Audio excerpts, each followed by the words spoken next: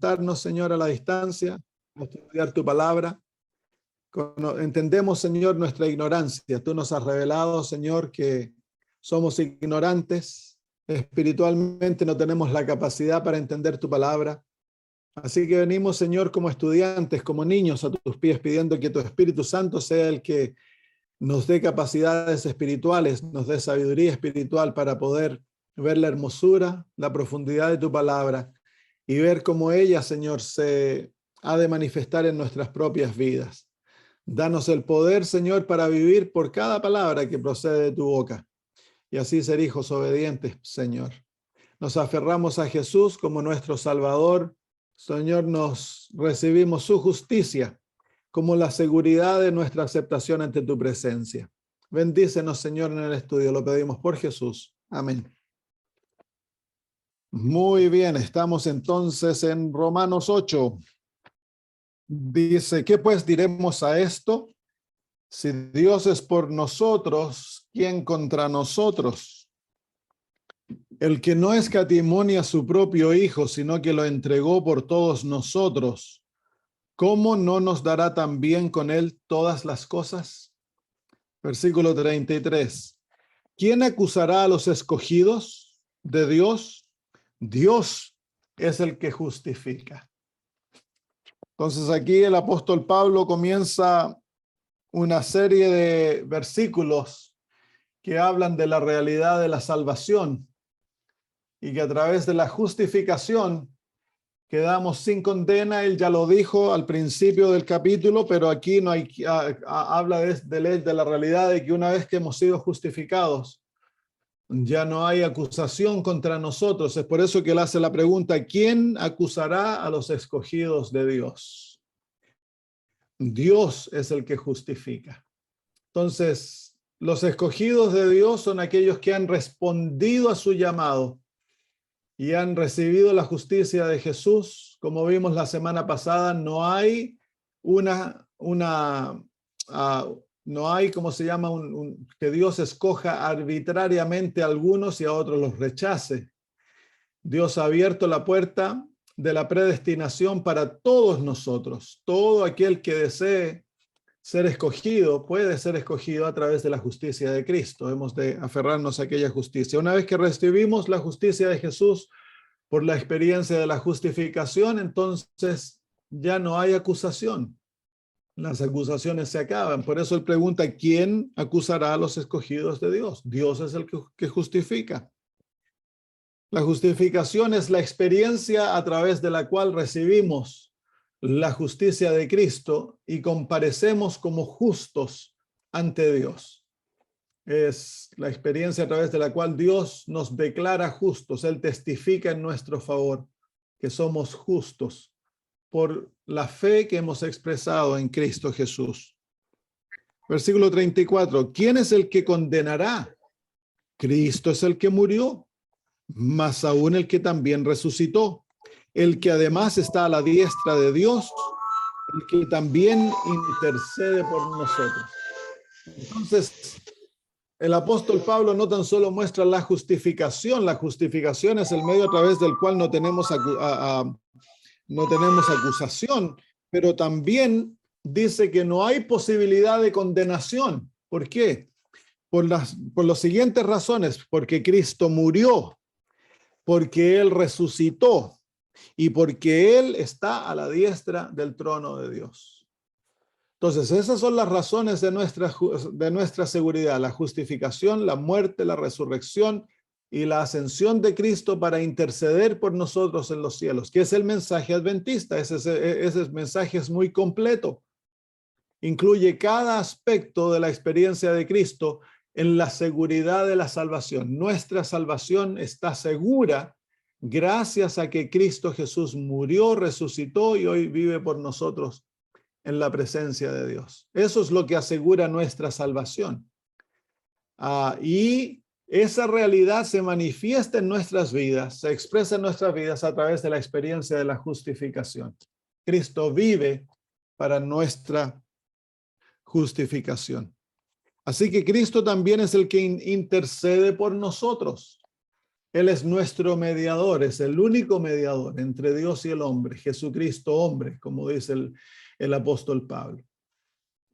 Y esa mediación es una mediación, es una intercesión constante.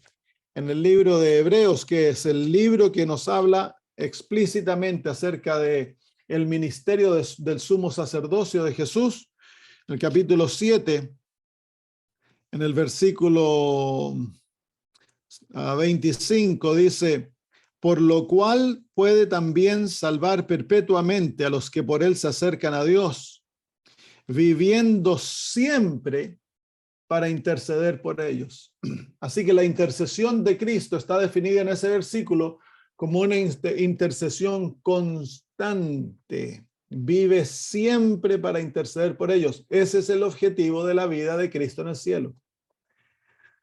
Proveer un medio de intercesión entre Dios y el hombre, entre el hombre y Dios. Es por eso de que Cristo Jesús es representado por la escalera del sueño de Jacob. Es la unión entre el hombre y Dios. Como hombre toma nuestra mano, como Dios toma la mano de Dios. Y Él es el que une a la parte que fue divorciada a nosotros, producto del pecado. Y el medio a través del cual él hace eso es su intercesión constante. No hay momento de nuestras vidas en la cual Jesús no está intercediendo por nosotros. Nuestras oraciones son contestadas producto de esa intercesión.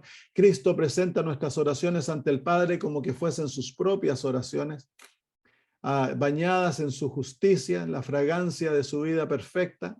Son aceptas ante el Padre gracias a su intercesión.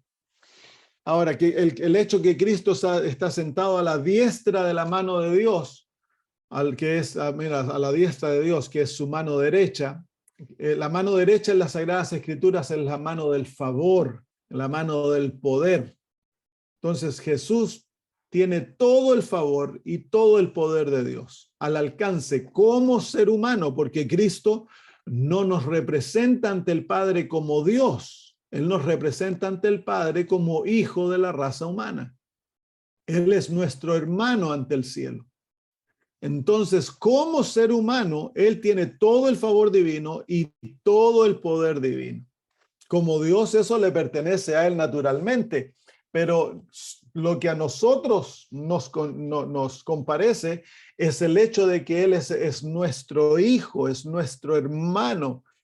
Y a través de ese medio, Él nos representa ante el Padre como un ser humano. Y ahí es donde se encuentra la garantía de la aceptación divina en parte de la raza humana. ¿Quién es el que condenará? Cristo es el que murió, más aún el que también resucitó, el que además está a la diestra de Dios, el que también intercede por nosotros. Ahí el apóstol Pablo en un versículo presenta todos los pasos que Cristo tomó para que nosotros tengamos absoluta certeza de nuestra aceptación ante el Padre. Versículo 35. ¿Quién nos separará del amor de Cristo? ¿Quién nos separará del amor de Cristo? ¿Tribulación o angustia o persecución o hambre o desnudez o peligro o espada? Luego de presentar la magnificencia de lo que Cristo ha hecho por nosotros, entonces el apóstol Pablo ahora hace una pregunta de reflexión. ¿Quién entonces nos puede separar de aquel maravilloso amor de Jesús? Y ahí él presenta las realidades que el cristianismo está sufriendo en aquellos momentos. Y las menciona una por unas. Dice tribulación o angustia o persecución o hambre o desnudez o peligro o espada. Si realmente experimentáramos la realidad de Jesús en nuestras vidas, no habría nada que nos pudiese separar del amor de Cristo. Ese amor en el corazón de Cristo es eterno por nosotros. Ese amor lo llevó a Él a sacrificarlo todo, a dejarlo todo, a arriesgarlo todo por nosotros. Es un amor eterno que no cambia. pero ese amor debiera ser recíproco de nuestro corazón a Dios. Nosotros somos la parte débil de aquel amor, porque nosotros somos los que tambaleamos en aquel amor. Pero si nosotros tuviésemos la tremenda seguridad que el apóstol Pablo presenta ahí, gracias a lo que Cristo ha hecho por nosotros, su justificación obtenida a través de los grandes eventos del ministerio de Cristo en nuestro favor, entonces nada nos podría separar del amor de Dios. Sería imposible que Satanás nos sacara la salvación. No importa lo que él echara sobre nosotros, sería imposible separarnos. Luego dice, como está escrito, por causa de ti somos muertos todo el tiempo, somos contados como ovejas de matadero. Cuando uno lee la experiencia del apóstol Pablo en 2 de Corintios capítulo 12, cuando él presenta sus sufrimientos por Cristo,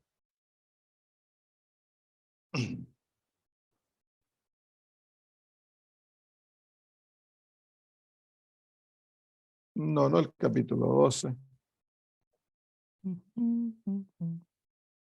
Sí, 11 y 16, pastor. Vamos.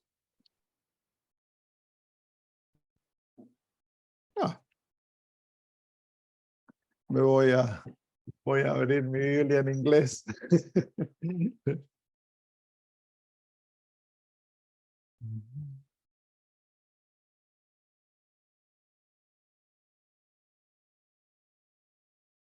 Sí, el capítulo 11, versículos 22 en adelante, el apóstol Pablo dice, son hebreos, yo también, son israelitas, yo también, son descendientes de Abraham, también yo. Son ministros de Cristo, como si estuviera loco hablo, yo más. En trabajos más abundantes, en azotes sin número, en cárceles más, en peligros de muertes muchas veces. De los judíos 5 veces he recibido 40 azotes menos 1. 3 veces he sido azotado con varas, 1 vez apedreado, 3 veces he padecido naufragio. 1 noche y 1 día he estado como náufrago en alta mar. En caminos muchas veces, en peligros de ríos, peligros de ladrones, peligros de mi nación, peligros de los gentiles, peligros de la ciudad. Peligros en el desierto, peligros en el mar, peligros entre falsos hermanos. En trabajo y fatiga, en muchos desvelos, en hambre y sed, en mucho ayuno, y en frío y en desnudez. Y además de otras cosas, lo que sobre mí se agolpa cada día, la preocupación por todas las iglesias. ¿Quién enferma y yo no enfermo? ¿A quién se le hace tropezar y yo no me indigno? Entonces aquí el apóstol Pablo nos muestra lo que él ha padecido y en el capítulo 8, él muestra que nada de eso lo puede a él separarlo del amor de Cristo. Entonces, si uno tuviese su vida, si estuviésemos totalmente arraigados en la seguridad de nuestra aceptación ante el Padre por Cristo Jesús y entendiésemos el valor de lo que Cristo Jesús ha hecho por nosotros, y ese fuese el verdadero centro de nuestra vida cristiana, sería imposible que Satanás nos apartase de Cristo Jesús, del amor de Cristo. Entonces, el amor de Cristo es el fundamento en el cual el cristiano ha de tener su experiencia cristiana basada, el amor de Cristo, la aceptación ante el Padre, gracias a lo que Cristo ha hecho por nosotros. Entonces, al tener aquella seguridad, nuestra vida cristiana se encuentra segura. Al tener la certeza de que toda nuestra vida eterna se encuentra basada en las acciones de Jesús. Entonces vamos a descansar y vamos a tener una vida cristiana segura, una vida cristiana de paz, de gozo, de saber que somos aceptos, que nadie nos acusa, que nadie nos condena. ¿Por qué? No por nosotros, sino por Cristo Jesús. Y pase lo que pase en la vida terrenal, no podemos ser separados de Dios.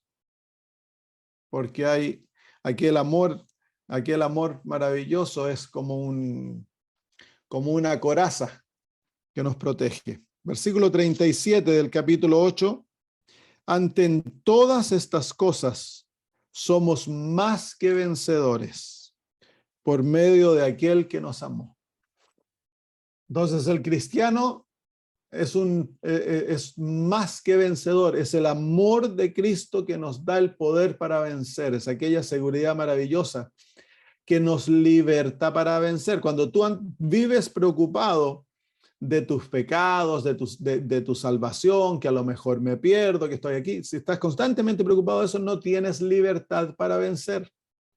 Pero si tu vida se centra en Cristo Jesús y en Él obtienes la confianza de la salvación y la certeza de aquella salvación, entonces estás libre para vencer. Cuando tú tienes la plena seguridad del amor de Dios por ti, y aquel amor no lo miras tú reflejado en tus acciones, sino que lo miras como a una realidad recibida en Cristo Jesús, es una certeza inamovible.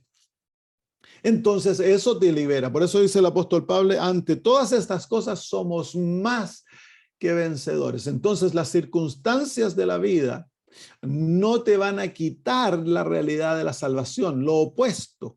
Las circunstancias de la vida, por terribles que sean, te van a arraigar más en la experiencia que en Cristo Jesús. Por eso ese versículo es tan maravilloso. El apóstol Pablo dice, antes en todas estas cosas somos más que vencedores por medio de aquel que nos amó. Incluso la victoria, todo, si te das cuenta en estos versículos, todo lo que recibimos es recibido por medio de Cristo Jesús. Incluso la victoria, somos vencedores por medio de aquel que nos amó. Cuando hablamos de victoria sobre el pecado, aquella victoria tan solo se obtiene en Cristo Jesús. No hay poder en mí alguno para yo vencer el pecado que me controla de adentro. Es en Cristo Jesús que obtengo aquella libertad. Es en Cristo Jesús que obtengo el poder para dejar de pecar y crecer en su imagen. Mientras más arraigados estemos en Jesús, más poder hay en la vida cristiana. Mientras menos dependamos de nosotros, más poder se manifiesta en la vida cristiana. Y eso esa es la gran batalla en la vida cristiana, el no caminar en la carne, sino que caminar en el Espíritu. El no depender en nosotros, sino que depender totalmente de Cristo Jesús a través de su Espíritu. Esa es la batalla diaria. Ahí es donde nos jugamos día a día el juego de ajedrez, porque hemos de aprender a someternos totalmente al control del Espíritu Santo. Antes, en todas estas cosas, en toda tribulación, en todo dolor, pobreza, hambruna, persecución, cárcel, rechazo, lo que venga, todo eso multiplicará la experiencia del amor de Cristo hacia nosotros, la recepción de aquel amor, del vivir aquel amor y luego el amor de nuestro corazón hacia Cristo. Entonces todas aquellas cosas son bendición. Como lo hemos dicho tantas veces, el enemigo intenta destruirnos a través del sufrimiento, la tribulación, las circunstancias difíciles. Pero si nosotros estamos arraigados en Jesús, el Señor lo vuelve en bendición. Vamos a experimentar ese amor, el amor de Dios en forma mucho más profunda y vamos a ser capacitados a través del sufrimiento para amar a Dios en una manera mucho más profunda de lo que hemos experimentado. Entonces, si nosotros nos aferramos de la realidad que gracias a la justificación no podemos ser acusados y que gracias al ministerio de Cristo, su muerte, su resurrección, su ascensión y su intercesión por nosotros, no podemos ser condenados. Entonces hemos de simplemente vivir esa experiencia, vivirla diariamente y entrar ahora en la experiencia de que no importa qué es lo que pasemos en la vida, si vivimos la experiencia de Cristo, entonces el amor, eso nos va a llevar a amar a Dios más y a experimentar el amor de Cristo en nuestros corazones mucho más profundamente de lo que lo hemos experimentado. Versículo 38, por lo cual estoy seguro de que ni la muerte ni la vida, ni ángeles ni principados, ni potestades, ni lo presente ni lo porvenir, ni lo alto ni lo profundo, ni ninguna otra cosa creada nos podrá separar del amor de Dios, que es en Cristo Jesús, Señor nuestro. ¿Qué certeza presenta el apóstol Pablo de la experiencia del cristiano? De estar arraigados en aquel amor, tener plena seguridad del amor de Dios en Cristo Jesús, de no dudarlo. Todo lo que es necesario para tu salvación ha sido hecho por el Señor Jesús. Si tú permaneces en Cristo, caminas en el Espíritu, es una realidad ya dada, es tuyo, para gozarte en ello. No es por ti, es por Cristo, que lo hace mucho más certero. Imagínense que el Señor lo dejara en nuestras manos, el que fuésemos salvos por nuestros propios esfuerzos. Estaríamos todos perdidos. Pero aquella seguridad se encuentra en Jesús. Hemos de cooperar con Él. Pero cooperamos con Él en la plena certeza de nuestra seguridad de salvación. Tú no cooperas con Cristo para obtener aquella seguridad. Tú cooperas con Cristo porque ya la tienes. Que es dos perspectivas totalmente distintas. Muy bien, entonces ahí se acaba el versículo, el capítulo 8, que es un capítulo maravilloso. Y el apóstol Pablo ahora cambia un poquito la línea de su argumento y comienza ahora a hablar acerca de Israel. Y desde el capítulo 9 al capítulo 11, el apóstol Pablo habla acerca de la relación de Israel a la salvación y la condición en la que se encuentran. Muy bien, vamos a leer el capítulo 9 completo y después lo desglosamos. Verdad digo en Cristo, no miento, y mi conciencia me da testimonio en el Espíritu Santo, que tengo gran tristeza y continuo dolor en mi corazón, porque deseara yo mismo ser anatema, separado de Cristo por amor a mis hermanos, los que son mis parientes según la carne, que no son israelitas, de los que son israelitas, de los cuales son la adopción, la gloria, el pacto, la promulgación de la ley, el culto y las promesas, de quienes son los patriarcas y de los cuales según la carne vino Cristo, el cual es Dios sobre todas las cosas, bendito por los siglos. Amén. No que la palabra de Dios haya fallado, porque no todos los que descienden de Israel son israelitas, ni por ser descendientes de Abraham son todos hijos, sino en Isaac te será llamada la descendencia. Esto es, no los que son hijos según la carne son los hijos de Dios, sino que los que son hijos según la promesa son contados como descendientes. Porque la palabra de la promesa es esta, porque por este tiempo vendrá y Sara tendrá un hijo. Y no solo esto, sino también cuando Rebeca concibió de uno, de Isaac nuestro padre. Pues no habían aún nacido, ni habían hecho aún ni bien ni mal, para que el propósito de Dios conforme a la elección permaneciese, no por las obras, sino por el que llama. Se le dijo, el mayor servirá al menor, como está escrito, a Jacob amé, mas a Esaú aborrecí. ¿Qué pues diremos? ¿Que hay injusticia en Dios? En ninguna manera. Pues a Moisés dice, tendré misericordia del que yo tendré misericordia y me compadeceré del que yo me compadezca. Así que no depende del que quiere ni del que corre, sino que de Dios que tiene misericordia. Porque la Escritura dice a Faraón, para esto mismo te he levantado, para mostrar en ti mi poder y para que mi nombre sea anunciado por toda la tierra. De manera que de quien quiere tiene misericordia y al que quiere endurece, endurece.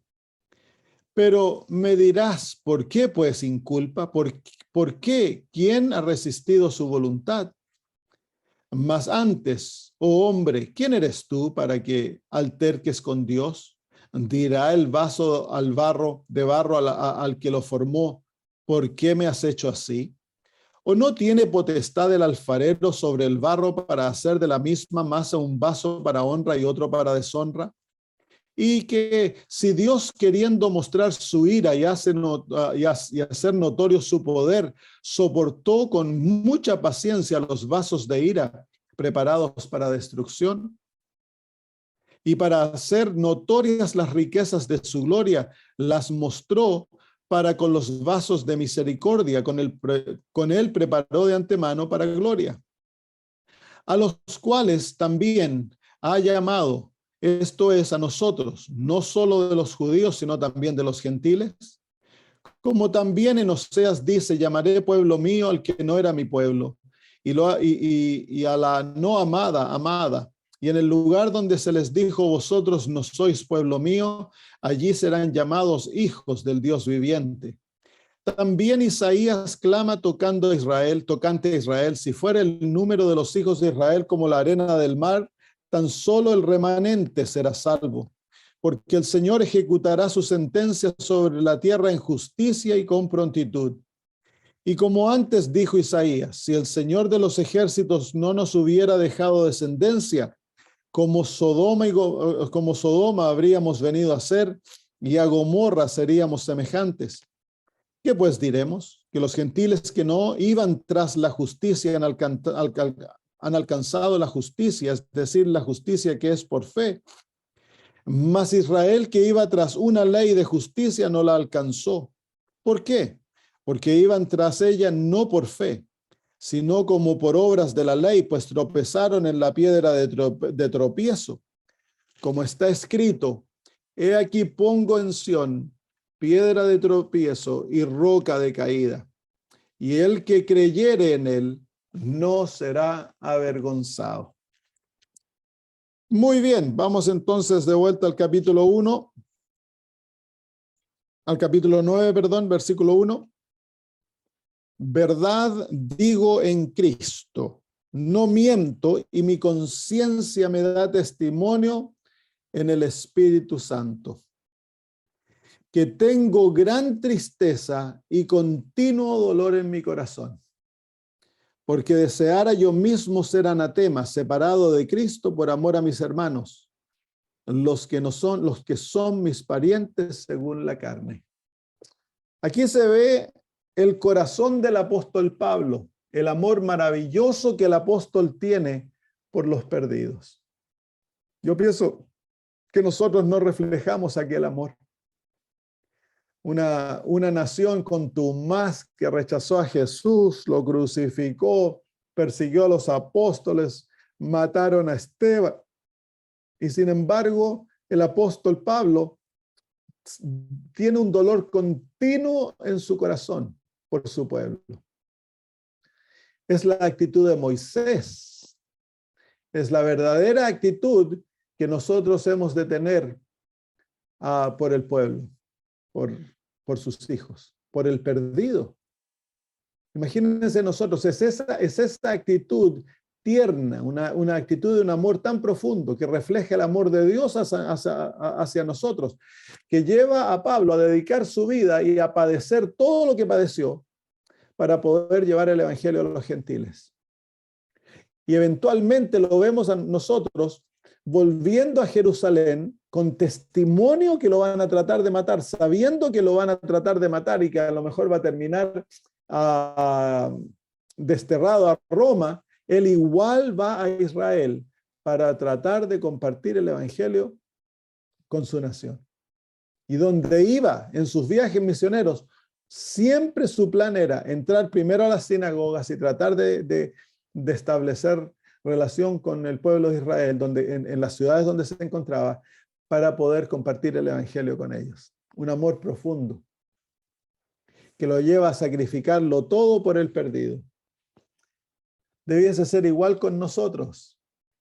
Tristemente muchas veces no nos enojamos porque los hermanos son contumaces en la iglesia, el pastor es medio cabeza dura, liberal y todo eso, y en vez de tener la actitud del apóstol Pablo, tenemos una actitud legalista, una actitud orgullosa. Nos alejamos, nos apartamos, comenzamos a tirar piedras de lejos, a tratar a la iglesia como que fuese Babilonia y nosotros nos sentimos mejor que los demás. Esa no es la actitud que Dios desea que tengamos. Una actitud de dolor, dice el versículo 2, que tengo gran tristeza y continuo dolor en mi corazón. Y luego el versículo 3 dice, porque deseara yo mismo ser maldecido, ser maldito, ser rechazado, la palabra anatema. Ser anatema, separado de Cristo, por amor a mis hermanos, los que son de mis parientes según la carne. Si esa experiencia pudiese llevar a Israel a los pies de Cristo, el apóstol Pablo estaría dispuesto a sacrificarse él, su propia vida eterna, para que se salvara Israel. Qué actitud más increíble, ¿no? Es esa actitud que ha motivado a los misioneros a través de todas las edades a estar dispuestos a perderlo todo, sus propias vidas, con tal de alcanzar al perdido. Muchos aquí en esta área, en el Pacífico Sur, murieron comidos por caníbales. Y uno piensa que eso habría espantado a otros misioneros a volver a trabajar.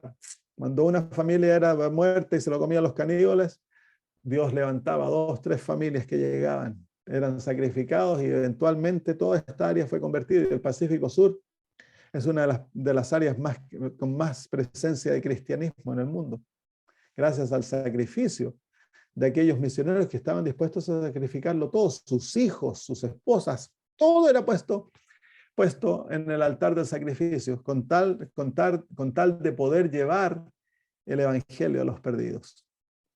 Y yo pienso que a medida la iglesia madura y se establece, se pierde ese celo, ese amor por el perdido. Y se comienza a desarrollar dentro de la iglesia los principios de la enfermedad cristiana, que es el comenzar a mirarnos los unos a los otros y nos ponemos a discutir teología y a pelear entre nosotros en cuanto a esto, a lo otro, y nos olvidamos que la iglesia no existe para discutir teología, la iglesia existe para predicar el evangelio que nos ha sido otorgado al mundo. Esa es la razón por la cual existimos como pueblo. No a tratar de definir esto y lo otro y pasarnos discutiendo y creyendo de que, bueno, si yo defiendo la verdad, entonces estoy cumpliendo lo que el Señor me ha llamado. Puedes defender la verdad, pero si no dedicas a salvar la verdad, a llevar la verdad a los perdidos, entonces esa verdad no te vale de nada. El propósito de tener la verdad es llevársela al que no la tiene, para que ellos conozcan a Cristo. Y para hacer eso, debemos estar dispuestos a perderlo todo y a pasar dolor, pobreza, lo que sea, con tal de aquello. Ese es el amor de Cristo, porque Cristo, cuando vio a la raza humana perdida, estuvo dispuesto a sacrificarlo todo, su propia vida eterna, estuvo dispuesto a sacrificarla con tal de darnos la oportunidad de salvarnos. La mente del apóstol Pablo. Una actitud tan bonita, un hombre tan fuerte, un hombre que estaba dispuesto a sacrificarlo todo. Sin embargo, tiene un corazón tan tierno, un corazón tan conmovido por el dolor de su propia raza, que eran los judíos, por supuesto.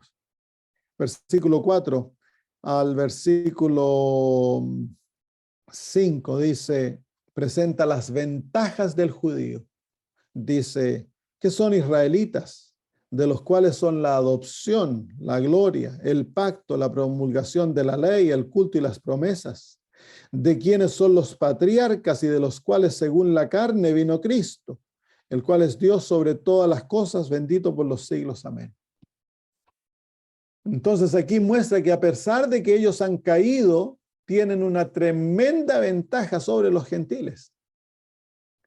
En cuanto a cosas espirituales, ellos tienen el conocimiento de la ley, del pacto, tienen la historia de todos los profetas y los patriarcas. A través de ellos vino Jesús, Dios se ha manifestado, les ha otorgado los oráculos sagrados, lo que nosotros conocemos con las Santas Escrituras. Tienen ventaja. Y nosotros como adventistas tenemos la misma ventaja. Sobre todo el resto del mundo nosotros tenemos las mismas ventajas, pero podemos caer en el mismo problema que cayeron los judíos, que es orgullo espiritual y que los llevó a perderse. Entonces hay una gran ventaja en ser Israel, una gran ventaja. toda aquella ventaja. Y dice el versículo 5, dice, de quiénes son los patriarcas y de los cuales según la carne vino Cristo Jesús. Así que Jesús, como sabemos, era judío por su descendencia carnal. Pero luego dice, el cual es Dios sobre todas las cosas, bendito por los siglos. Amén. Es interesante como el apóstol Pablo ahí ratifica la verdadera naturaleza de Jesús. Nos habla de las dos naturalezas, del hecho de que Él es ser humano, pero a la misma vez Él es Dios. ¿Por cuánto ha sido Dios? Dice, bendito por los siglos. Por todas las cosas, bendito por los siglos. Amén. Esa palabra, bendito por los siglos, realmente dice en el griego, bendito eternamente. Así que esa es la naturaleza divina de Cristo. Cristo como Dios no conoce principio. Él no tiene comienzo. Él ha sido por los siglos, ha sido bendito. Por la eternidad. Así que en los primeros 5 versículos el apóstol Pablo nos habla de su relación con el pueblo de Israel. La manera que se relaciona, a pesar de que lo persiguen, lo odian, lo han rechazado y eventualmente lo tratan de matar. Aquí tú ves el corazón del apóstol Pablo hacia su propio pueblo. El deseo de que sean salvos. Un pueblo duro, contumaz. Ni siquiera Cristo pudo convencerlos. Por más de 1500 años rechazaron a Dios. Llegó al punto en que Dios los rechazó a ellos como nación, pero no como individuos. La puerta sigue siendo abierta para cada israelita para que sean salvos los judíos, de la misma manera que todos los demás. Muy bien, versículo 6 dice, no que la palabra de Dios haya fallado, porque no todos los que descienden de Israel son israelitas. Claro, porque lo que el apóstol Pablo está diciendo aquí, bueno, entonces, no, Dios llamó a Israel, le dio las promesas, pero falló entonces lo que Dios había planeado hacer con Israel. El apóstol Pablo dice, no ha sido fallado. Porque las promesas nunca son dadas a los que están en la carne. Las promesas son siempre dadas a los que están en el espíritu. Y así como en la iglesia y en el cristianismo hay cristianos carnales y cristianos espirituales. Los que reciben las promesas son los que están en el espíritu. Y en Israel, el verdadero Israel siempre fue aquellos que recibían las promesas espiritualmente. Nosotros vemos en el tiempo de Jesús los líderes de Israel siempre relacionándose a las verdades carnalmente. Cuando Jesús les habla del agua, ellos creen que él está hablando de un agua corriente. Cuando les habla de comer su sangre y su carne, ellos creen de que tienen que volverse caníbales. Y así, todo lo que Cristo lo habla, ellos lo toman en forma carnal. Y eso muestra de que tenían una actitud carnal hacia las realidades espirituales y no se pueden recibir. Es por eso que confiaban en los sacrificios, confiaban en el templo. Su confianza se basaba en el hecho de que ellos eran hijos descendientes carnales de Abraham y eso les daba seguridad, porque no habían recibido las verdades espiritualmente. Y eso es lo que el apóstol Pablo nos está hablando aquí. Dice, no que la palabra de Dios haya fallado, porque no todos los que descienden de Israel son israelitas. Interesante ese concepto. No todos los que descienden de Israel son israelitas. Y luego dice, ni por ser descendientes de Abraham son todos hijos, sino en Isaac te será llamada descendencia. Entonces los descendientes, los verdaderos israelitas, son los que tienen la experiencia de Isaac. ¿Qué se refiere el apóstol Pablo? Que las bendiciones otorgadas en el pacto a Israel, el ser parte de Israel, tan solo aquellos que son israelitas de acuerdo a la experiencia de Isaac lo reciben y son considerados verdaderos israelitas ante los ojos de Dios. Y luego dice en el versículo 8, Esto es, no los que son hijos según la carne, son los hijos de Dios, sino que los que son hijos según la promesa son contados como descendientes. Entonces, y esa fue la naturaleza de Israel siempre. Y es a través de esa experiencia que los gentiles llegan a ser israelitas. Porque para ser hijo de Abraham, tú tienes que experimentar la experiencia de Isaac. ¿Cuál fue la experiencia de Isaac? Él era hijo de la promesa. Cuando Dios le dio la promesa a Abraham y Abraham trató de cumplir la promesa por la carne, por sus fuerzas, por sus planes, nació Ismael, pero Ismael fue rechazado. ¿Por qué? Porque Ismael era hijo de la carne. Cuando nació Isaac, Isaac era el hijo de la promesa. Cuando era imposible que naciese hijo, que Abraham diese a luz un hijo a través de Sara, era imposible, entonces Dios cumplió su promesa mostrando que este era un hijo de un milagro divino. Es lo mismo entonces. Nosotros somos hijos del pacto, que es la promesa de Dios. Y por lo tanto no somos de la carne, nosotros llegamos a ser descendientes de Abraham, hijos de Abraham, a través de la recepción de la promesa que Dios ha dado de salvarnos a través de su Hijo Jesús. Y eso fue lo que llevó al rechazo de Israel, porque la gran mayoría de Israel nunca aceptó aquella realidad, sino que ellos eran contumaces en su idea de que porque eran hijos de la carne, eran hijos de Abraham. Pero entonces se ponían en el lado de Ismael, porque Ismael era el hijo de la carne, el hijo de las fuerzas de Abraham, de sus propios planes. Ismael no podía ser el que recibiera las promesas. Ismael no podía ser el que iba a ser heredero del pacto. Tenía que ser el hijo de la promesa, porque tiene que ilustrar la realidad de para recibir las promesas, tú tienes que entrar en el pacto por la promesa divina. Y el apóstol Pablo varias veces hace mención de esto. En el capítulo 2 de Romanos,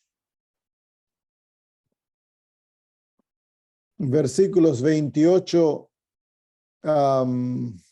y 29 dice, pues no es judío el que lo es exteriormente, ni es la circuncisión la que se hace exteriormente en la carne, sino que es judío el que lo es en lo interior, y la circuncisión es la del corazón, en espíritu, no en letra, la alabanza del cual no viene de los hombres, sino de Dios. Entonces, la naturaleza del verdadero judío es una basada en lo espiritual. Y en esa realidad puede entrar personas de cualquier raza. No tienes que ser descendiente de Israel para ser un judío espiritual, para ser un israelita de promesa. Como dice el apóstol Pablo en el libro de Gálatas, ahí él deja eso bien claro en el libro de Gálatas, porque las promesas se le dieron a Abraham y a los descendientes de Abraham. En tu descendencia será bendita toda la tierra. Entonces, para yo ser salvo, yo debo ser descendiente de Abraham. Pero la descendencia no es contada según la carne, sino según la promesa. La descendencia no es contada en Ismael, la descendencia es contada en Isaac, que fue un hijo de milagro. Y ahí está basada la promesa. Entonces, cuando tú y yo nos relacionamos con Cristo, con Dios, a través de Cristo Jesús, y tenemos fe en las promesas de Dios, somos aceptos como hijos de Abraham. Y por lo tanto, el pacto nos pertenece.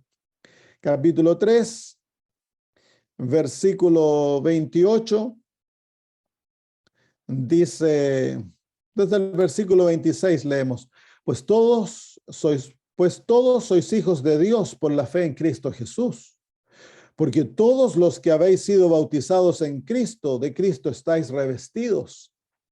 Ya no hay judío ni griego, no hay esclavo ni libre, no hay varón ni mujer, porque todos vosotros sois uno en Cristo Jesús. Y si vosotros sois de Cristo, ciertamente linaje de Abraham sois y herederos según la promesa. Así que en el Evangelio se dejan de lado las diferenciaciones de la carne. Y la única diferenciación que se hace en el Evangelio es que si estamos en la carne o estamos en el Espíritu. Ya no hay griego, no hay judío, no hay hembra, no hay varón. Todas esas diferencias para nuestra salvación son dejadas de lado y ahora somos aceptos bajo una condición, si estamos en Cristo Jesús. Si estamos en Cristo Jesús y confiamos en las promesas de Dios, somos entonces descendientes de Abraham, linaje de Abraham somos, hijos suyos y por lo tanto herederos de las promesas. Así que es una certeza muy bonita porque no es de acuerdo a la carne. Nada ha de ser hecho en la carne. Por eso hemos de morir a nosotros mismos. Hemos de dejar de confiar en nuestro propio poder, sabiduría, en nuestras propias acciones, nuestra propia obediencia. Todo ha de morir y ahora hemos de vivir en el Espíritu y que sea el Espíritu de Dios que obra en nosotros la vida de Cristo y debemos de tener confianza no en nosotros mismos, nuestra confianza de estar fija en Jesús. Eso es lo que el apóstol Pablo se está refiriendo aquí. Entonces, es por eso que en el capítulo 8 leímos, no, ¿quién es el que acusa? Si estás justificado, nadie te acusa. ¿Quién es el que condena? Si tú confías que Cristo murió por ti, que fue el enterrado por ti, que Él resucitó por ti, que está a la diestra del Padre por ti, que intercede por ti constantemente, no hay quien te condene. Entonces, esa certeza que luego está basada en el amor profundo de Dios a nosotros, que es inquebrantable, nos lleva entonces a vivir en la confianza que nosotros somos herederos del pacto, que en Cristo Jesús lo recibimos todo. Pero si confiamos en la carne, vamos a ser rechazados, porque Ismael fue rechazado. Pero si confiamos en las promesas, entonces somos aceptos. Entramos a la realidad de Cristo Jesús a través de sus promesas, no de las nuestras. Hemos de confiar en sus promesas, lo que Él nos ha dado a través de su palabra. Eso nos hace hijos de Dios. Muy bien, vamos al próximo versículo, versículo 7. Capítulo 9, versículo 7. Ni por ser descendientes de Abraham son todos hijos, sino en Isaac te será llamada descendencia. Esto es, no los que son hijos según la carne son los hijos de Dios, sino los que son hijos según la promesa son contados como descendientes. La palabra contados nos muestra que esto no es algo que nosotros recibimos por algo que merecemos. Es la misma palabra que se usa en la palabra cuando somos justificados. Nuestra fe es contada, es imputada, nos es dada. Misma palabra. Contados es algo que Dios nos otorga porque somos hijos de la promesa. Hemos recibido sus promesas. Nos relacionamos con Dios, con sus promesas. Por lo tanto, se nos cuenta a nosotros descendientes de Dios, hijos de Dios, heredero de las promesas.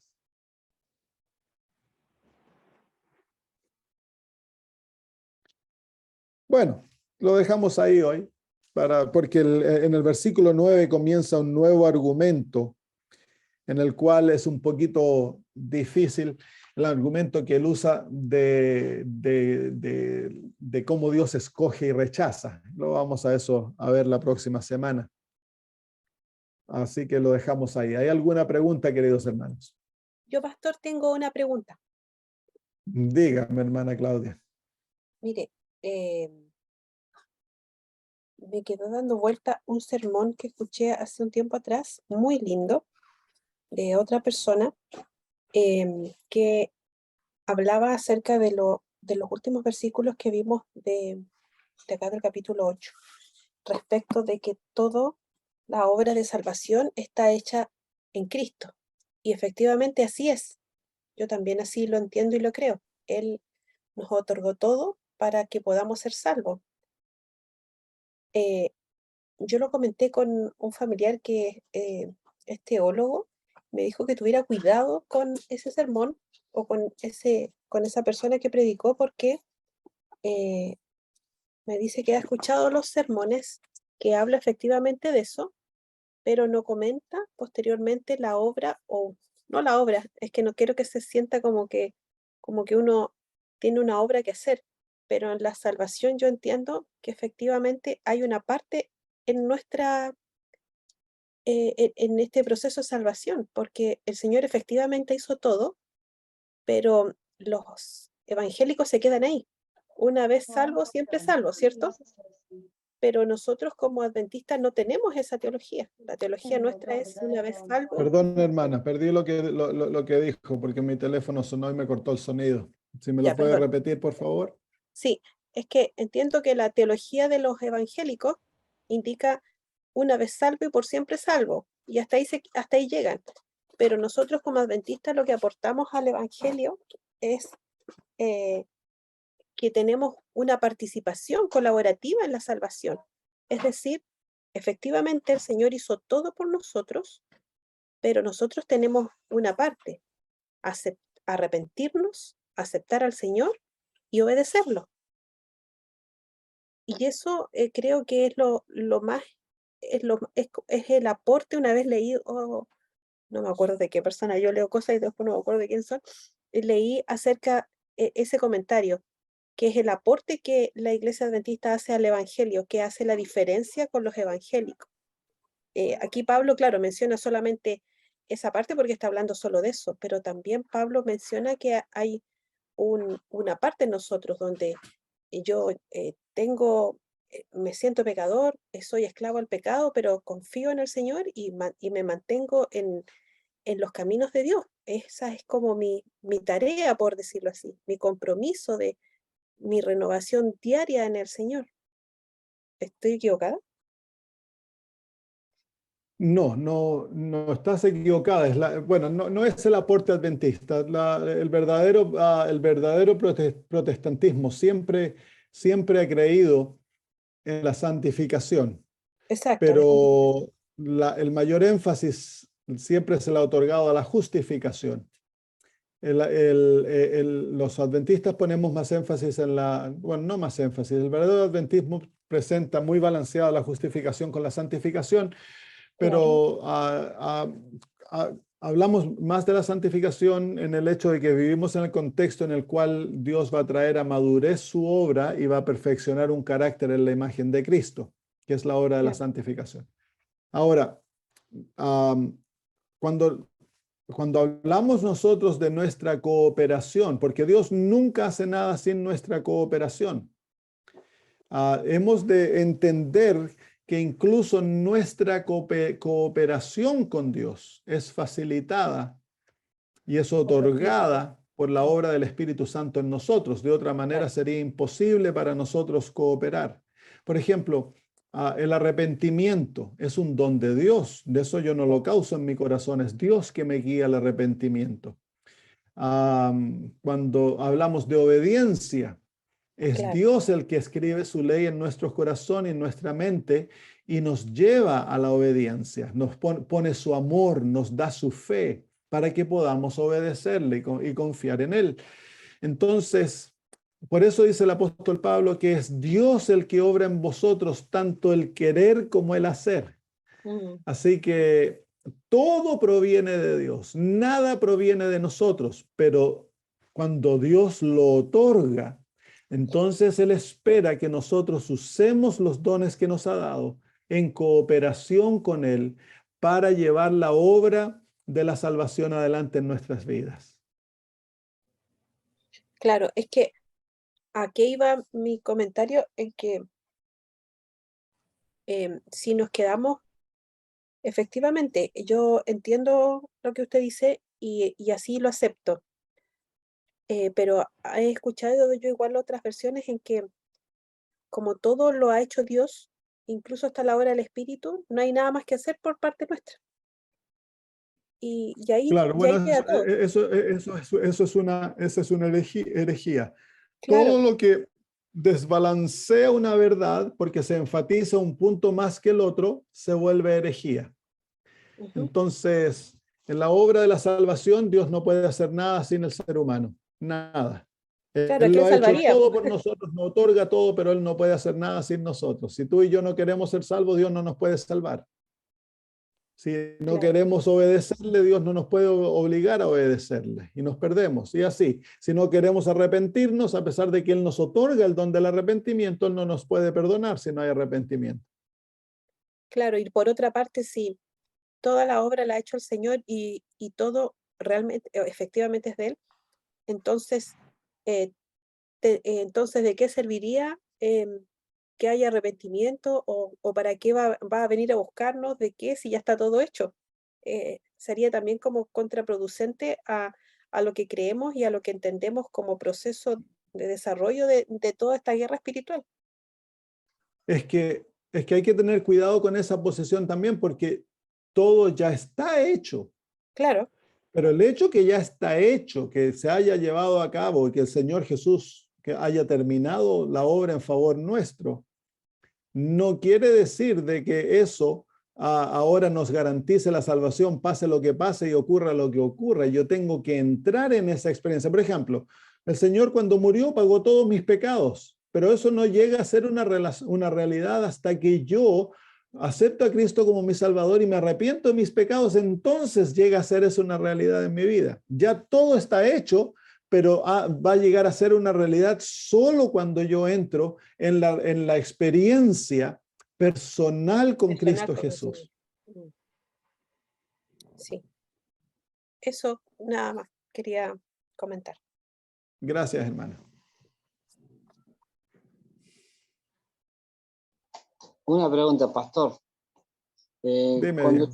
Cuando usted explicaba que el pueblo de Israel que está en la sinagoga no entendían todo carnal, todo literal, puede pasar hoy en día en nuestra iglesia. Yo sé que esto es espiritual y todo se discierne con el espíritu, pero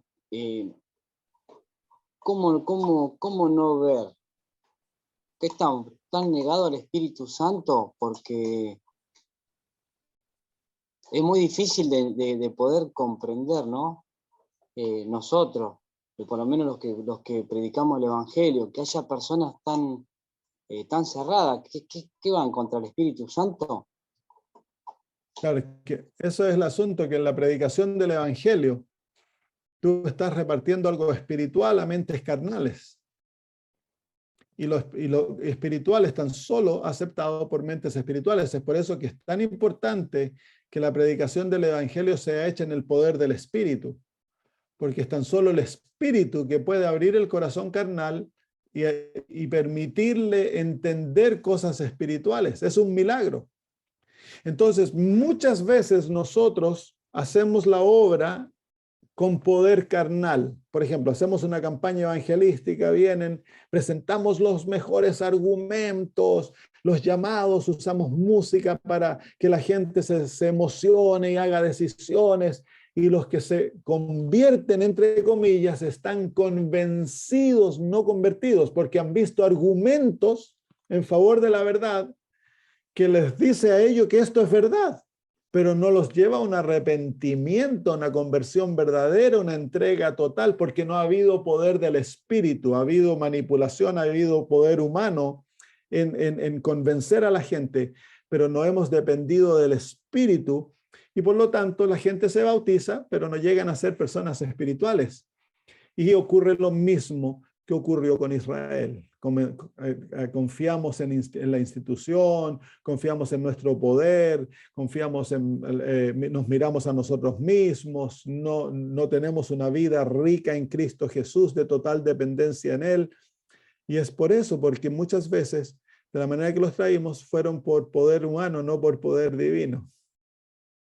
Por eso la entrada al cristianismo es una muerte a sí mismo y es un nuevo nacimiento. Hemos dejado de ser seres carnales y entramos a ser seres espirituales. Lo que dice el apóstol Juan en Juan 1, que ya no somos más descendientes de la carne sino que somos hijos de Dios. Dice aquí en Juan capítulo 1, y versículo 12, si no me equivoco, dice el apóstol Juan, mas todos los que recibieron, mas a todos los que le recibieron, a los que creen en su nombre, les dio potestad de ser hechos hijos de Dios, los cuales no son engendrados de sangre, ni de voluntad de carne, ni de voluntad de varón, sino de Dios. Entonces ahí se encuentra la realidad, el hecho de que cuando nosotros compartimos el evangelio, si queremos que haya poder en el evangelio, hemos de depender totalmente del Espíritu Santo, que Él sea el que dé el poder, que mi vida esté llena del Espíritu, para que cuando yo abre mi boca y comparta verdades, tengan un impacto espiritual en la vida de la gente, no un impacto carnal. Tiene que haber un impacto espiritual en el corazón de la gente. Bueno, oremos entonces. Nuestro amado Señor, gracias por permitirnos ver cosas tan maravillosas en el libro de Romanos. Gracias por la certeza que tenemos en Cristo Jesús. Gracias, Señor, porque aquella certeza se halla basada en los grandes hechos de nuestro amado Salvador, su muerte, su resurrección, su ascensión, el hecho que se sienta a tu mano derecha y que es nuestro intercesor. Ahí se encuentra, Señor, el fundamento, la certeza, seguridad de nuestra salvación. Y Padre eterno, queremos pedirte en el nombre de Cristo, que nos des aquella naturaleza espiritual maravillosa, que nos llenes de tu espíritu, para que entendamos aquello que es espiritual espiritualmente y podamos relacionarnos contigo de acuerdo a las promesas maravillosas que nos has dado, que son ricas, Señor, y que podamos, Señor, vivir en la plena certeza de Cristo Jesús, y que así seamos capacitados para vivir una vida de obediencia, de amor, Señor, que te reflejemos, que podamos vivir contigo tomados de tu mano, Señor, y seamos leales a ti en todo, Señor, y que nuestra vida refleje la gran luz del cielo que hemos recibido, Señor, y así otros puedan llegar a conocerte. Danos el amor que el apóstol Pablo tenía por los perdidos. Señor, que nuestro corazón sufra por aquellos, Señor, que no te conocen, y que estemos dispuestos a sacrificarlo todo para poder, Señor, alcanzar al perdido. Gracias, Señor. Bendice a mis hermanos y hermanas, que tengan una linda semana, Señor, llénalos de tu espíritu y que sean luz donde se encuentran. Lo pedimos por Jesús. Amén. Muy bien, queridos hermanos, un abrazo. Gracias, pastor, a todos.